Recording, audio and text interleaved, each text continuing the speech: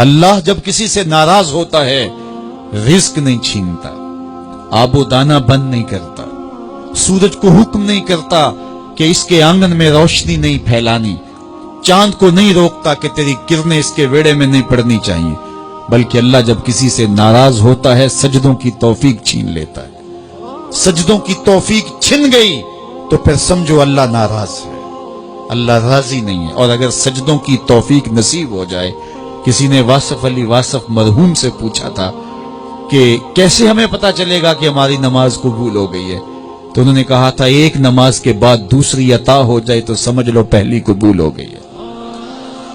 تو نمازوں کا نصیب ہونا یہ اللہ کی رضا اور اللہ کی خوشنودی کی دلیل ہے، اور سجدوں کی توفیق کا چھن جانا یہ اللہ کی ناراضگی کی دلیل ہے۔ میں اور آپ دیکھیں کہ ہم کہاں کھڑے۔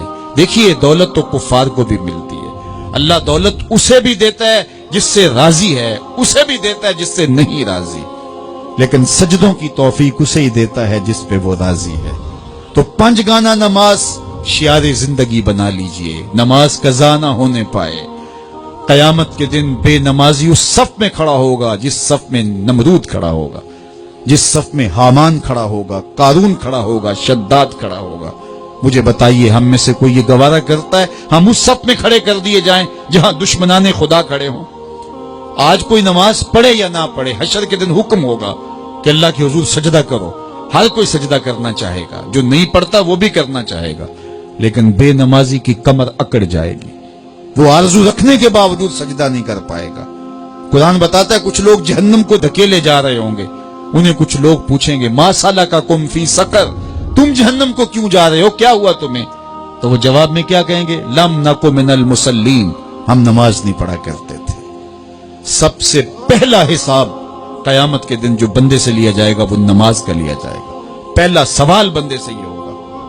یا چڑیاں بھی رب کی تسبیح بولیں اور اشرف المخلوقات سویا رہے، جب صبح کا وقت ہوتا ہے حشرات الارض بھی بلوں سے نکل کے رب کی تقدیس کے ترانے پڑھ رہے ہوتے ہیں، درختوں کی شاخوں پہ چڑیاں پرندے وہ بھی اللہ کی تقدیس کے ترانے پڑھ رہے ہوتے ہیں، حشرات الارض بھی اس کی تقدیس کے گیت گا رہے ہوتے ہیں، اور اشرف المخلوقات خراٹے لے رہا ہو، اس سے بڑی بد نصیبی کیا ہو سکتی ہے؟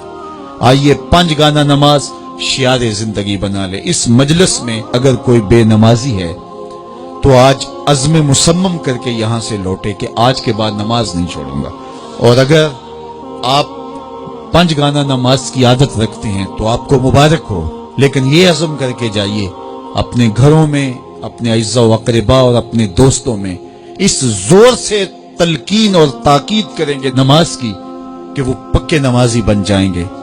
بندہ بندگی سے سجتا ہے، زندگی آمد برائے بندگی، زندگی بے بندگی شرمندگی۔